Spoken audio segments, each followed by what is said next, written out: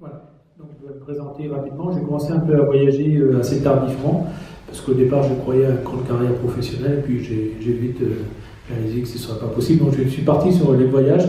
J'ai commencé à 35 ans, et j'ai fait un premier voyage en fait de 6 mois autour du monde, mais en sac à dos simplement. Et après j'ai continué à voyager toujours en sac à dos. Et en 2013, j'ai pris une année sabbatique et j'ai commencé en fait à voyager à vélo. C'était mon premier voyage à vélo en 2013 pendant une année sabbatique où j'ai traversé en fait l'Afrique de Dakar jusqu'à l'Afrique du Sud, dans lequel j'ai fait un film, pas de livre mais un film. Et puis j'ai continué toujours à voyager à vélo parce que ça me permet d'avoir l'indépendance, l'autonomie et puis la liberté de choisir mes routes telles que je le souhaite. Et je continue toujours à voyager l'été. Et donc en 2016, j'ai fait aussi la route du Pamir, que je viens de présenter le film là à l'instant.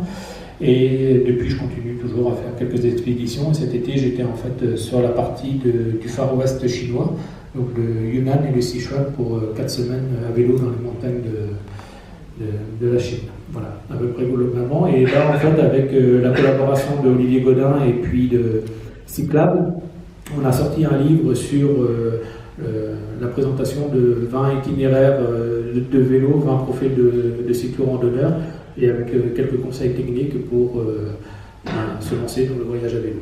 Voilà. Bonjour à tous et à toutes, moi c'est Nicolas Tanzien, je suis normand. J'ai bien aimé moi le voyage dès le début, assez rapidement.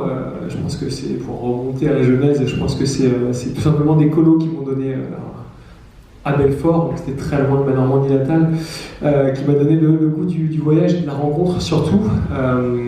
Rapidement, je suis allé en Australie pendant 1 an avec ce fameux visa travail-vacances, où j'ai eu la chance de faire le tour de l'Australie mais en voiture, et je me suis assez rendu compte rapidement que c'était plus le côté humain qui m'intéressait, et donc du coup, quand je suis revenu, j'ai trouvé un travail, etc.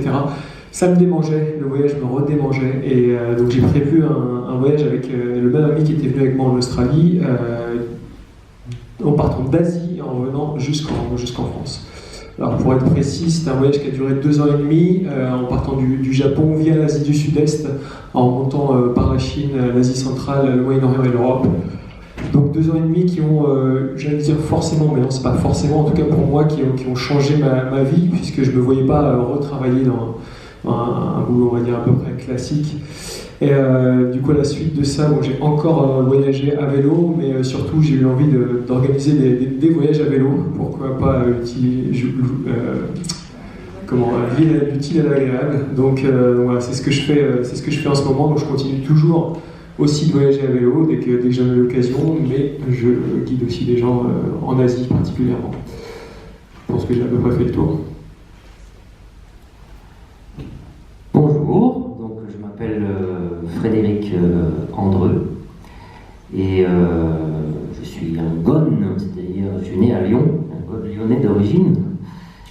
Que dire d'intéressant, j'ai commencé à faire du vélo donc adolescent, un peu en France, et puis j'ai toujours été attiré par les horizons nordiques.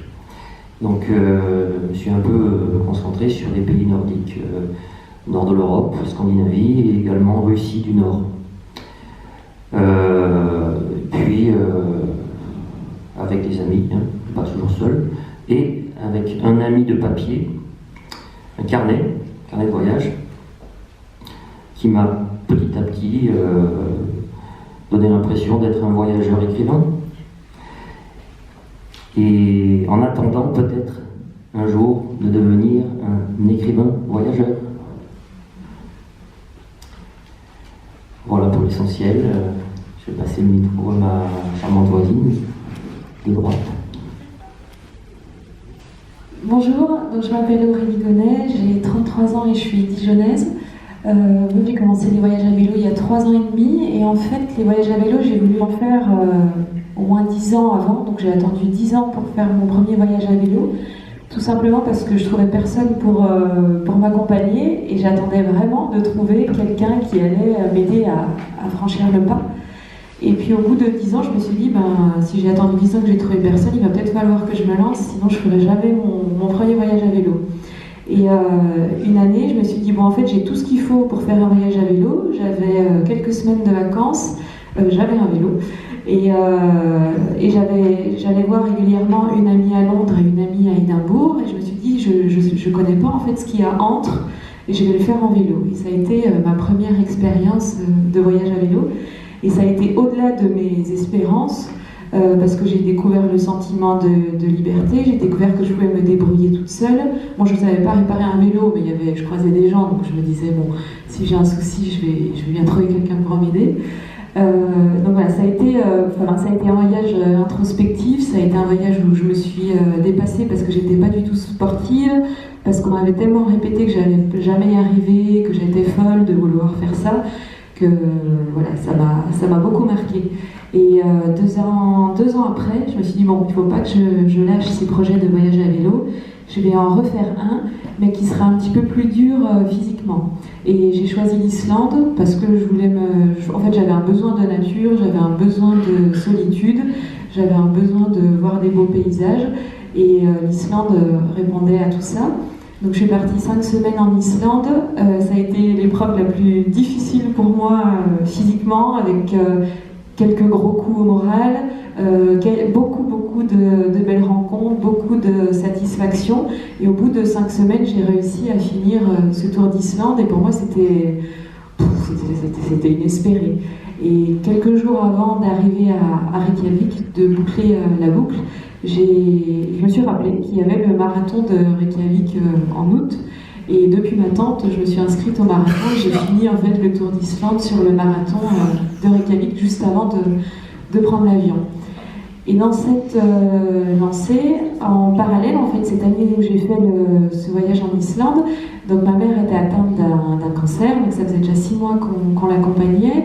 Je suis partie les 5 semaines, elle a suivi vraiment à fond chaque jour le projet le voyage que je partageais sur les réseaux sociaux. Et puis en revenant, elle allait de plus en plus mal, et moi je me suis dit, j'ai la chance d'être en bonne santé. Je voyais qu'on pouvait très vite aller mal, et je me suis dit, ce projet que j'ai depuis, je pense que ça faisait au moins 10 ans que je m'étais dit Dijon-Pékin à vélo, je me suis dit, pourquoi ne pas le tenter? Après tout, j'ai tenté d'autres voyages, j'ai tenté des marathons. Mon premier marathon, je l'avais fait sans entraînement, j'ai mis 6 heures. C'était quand même une satisfaction. Je me suis dit, il faut tenter ce Dijon-Pékin. Et donc ma maman est partie. J'ai commencé à préparer ce Dijon-Pékin, et là je vais partir début mars, donc le 3 mars, pour tenter cette aventure-là en faveur du Centre de lutte contre le cancer de Dijon. Bravo.